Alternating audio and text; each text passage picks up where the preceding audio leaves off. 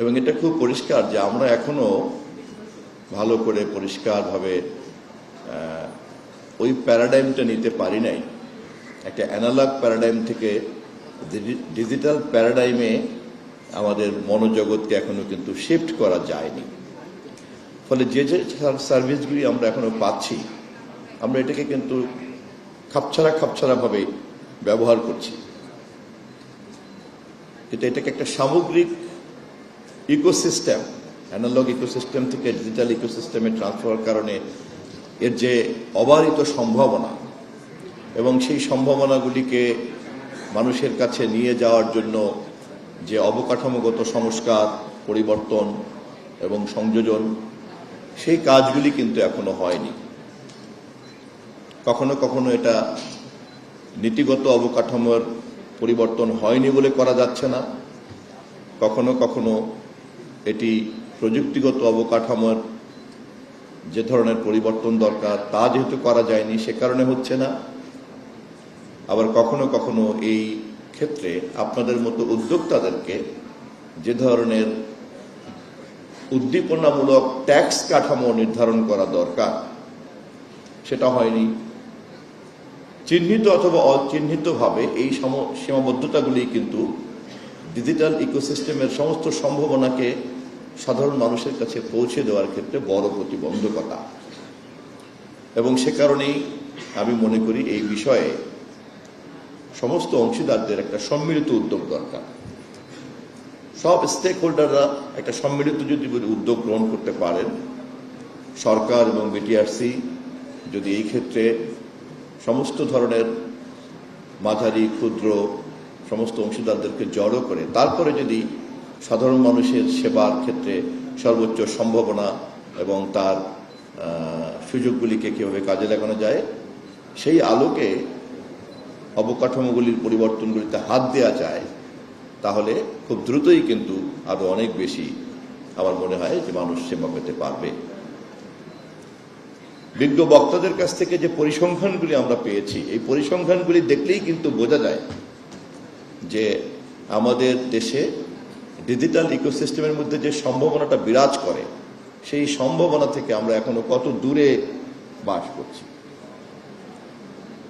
আমাদের এখানে গ্রাহকের সংখ্যা আর আমাদের এখানে সার্ভিস দেওয়ার যে তার যে র্যাঙ্কিং, এই পার্থক্য দেখলেই বোঝা যায়, যেটা বিশেষ অতিথি বলেছেন।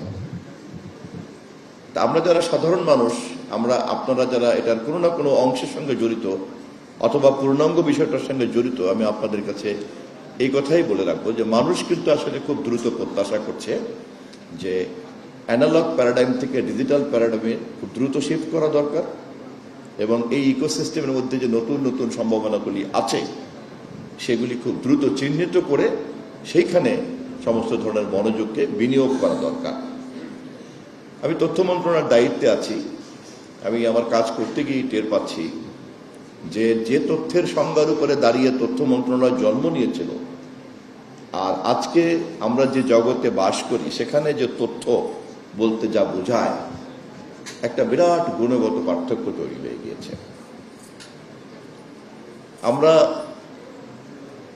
মাত্র কিছুদিন আগেও গণমাধ্যম বলতে যা বুঝতাম আর এখন গণমাধ্যম বলতে যা দাঁড়িয়েছে এর মধ্যে কিন্তু একটা বড় ধরনের পার্থক্য রয়ে গেছে। আগে এই সমস্ত বিষয়গুলিকে তদারকি করা, নিয়ন্ত্রণ করা, সহযোগিতা করার যে ধরনের কাঠামো ছিল সেই কাঠামোগুলি কিন্তু প্রায়ই এখন অচল হয়ে দেখা দিয়েছে। একসময় কিন্তু শুধুমাত্র ছিল তথ্য প্রবাহের চ্যালেঞ্জটাই ছিল প্রবলেম, যে কারণে আমাদের দেশে প্রেস ফ্রিডমটাই কিন্তু সবচেয়ে পপুলার একটা ইস্যু ছিল এবং এটা ছিল সবচেয়ে বড় সমস্যা। রাষ্ট্র এবং বিভিন্ন মহল তথ্য প্রবাহে বাধা দেয়, সাধারণ মানুষ তথ্য পায় না। এখন কিন্তু সমস্যা হচ্ছে তথ্যের ফ্লো। এখন কিন্তু অপতথ্য এবং ভুল তথ্যের হাত থেকে মানুষকে রক্ষা করা বা রক্ষা দেওয়াটাও কিন্তু এটা একটা অধিকার। অর্থাৎ এখন যখন মানুষ তথ্যের অধিকারের কথা বলে সে কিন্তু অপতথ্যের হাত থেকে সুরক্ষার অধিকারটাও কিন্তু চায়। ফলে এরকম পরিস্থিতিতে যখনই তাকে আমি মিস ইনফরমেশন থেকে ডিসইনফরমেশন থেকে সুরক্ষা দিতে পারবো না, অথবা এই বিষয়ে মনোযোগ না দিয়ে শুধুমাত্র এই অবাধ তথ্য প্রবাহের ক্ষেত্রেই যদি মনোযোগটা দেই, তাহলে কিন্তু দেখা যাবে যে অপতথ্যের এবং বিকৃত তথ্যের কারণে সমাজ, রাজনীতি, কাঠামো, অর্থনীতি সবকিছুতে একটা ভয়াবহ সমস্যা তৈরি হয়ে যেতে পারে। আমাদের সকলেরই জ্ঞান বুদ্ধি চোখ দিয়ে আমরা কিন্তু চলমান এই বিশ্বের যে এখনকার সংকট, সেই সংকটের দিকে যদি তাকাই, তো এটা কিন্তু খুব অবাক হওয়ার মতো হবে না যে বিশ্বের বড় বড় ঘটনা অথবা দুর্ঘটনা জন্ম নেওয়ার আগে একটা পারসেপশন ম্যানেজমেন্টের কোর্স চলে, এবং সেই পারসেপশন ম্যানেজমেন্টের কোর্সের ইনস্ট্রুমেন্ট হিসেবেই কিন্তু ব্যবহৃত হচ্ছে এই কমিউনিকেশন সিস্টেম। ফলে আধুনিক রাষ্ট্রকে যদি কল্যাণমূলক রাষ্ট্রে পরিণত হতে হয়, তাহলে তার আগের দায়িত্বের চাইতেও খুব বড় দায়িত্ব হিসেবে দেখা দিয়েছে ডিজিটাল এই ইকোসিস্টেমে তার জনবান্ধব সুলভ নীতি কাঠামোটা কেমন হবে, তার ট্যাক্স কাঠামোটা কেমন হবে, তার প্রযুক্তিগত কাঠামোর সর্বশেষ উৎকর্ষতাকে সে ধারণ করতে পেরেছে কি পারে নাই। আমি একজন সাধারণ সেবা গ্রহীতা হিসাবে আমাদের মাননীয় প্রধানমন্ত্রীর এই মন্ত্রণালয় টেলিকমিউনিকেশন আইসিটি সংক্রান্ত বিষয়ের যিনি উপদেষ্টা বিশেষ অতিথি আছেন, বিটিআরসির চেয়ারম্যান সাহেব আছেন, বিশেষ করে আপনাদের দুজনকে আমি মনোযোগ আকর্ষণ করছি যে আপনারা যত দ্রুত এই বিষয়গুলির দিকে মনোযোগ দিয়ে সময় উপযোগী কাঠামো সংস্কার করতে পারবেন, তত দ্রুত এই সেক্টরের সমস্ত সম্ভাবনাগুলি কাজে লাগবে, মানুষ সর্বোত্তম সেবাটা পাবে, এবং মাঝখানে আপনাদের মতো ইন্টারনেট সার্ভিস প্রোভাইডার যারা এই ট্রেডে আছেন, ওনাদের মতো এই ধরনের উদ্যোক্তারা তখন একদিকে তাদের উদ্যোগটাকে যেমন লাভজনক করতে পারবেন, অপরদিকে সরকার এবং রাষ্ট্র এর উদ্যোগের সেবাটাও মানুষের কাছে পৌঁছে দেওয়ার জন্য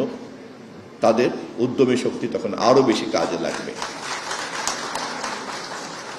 অতএব বিশেষ করে প্রেসিডেন্টের বক্তব্যের মনোযোগ দিয়ে শুনছিলাম, যতগুলি পরামর্শ উনি দিয়েছেন প্রতিটি পরামর্শই সরকার এবং বিটিআরসির সঙ্গে সংশ্লিষ্ট, এবং আমি নিশ্চিত যে দুজন নীতি নির্ধারক এখানে উপস্থিত আছেন, তারা বিষয়টিকে খুব জরুরিভাবে বিবেচনায় নেবেন।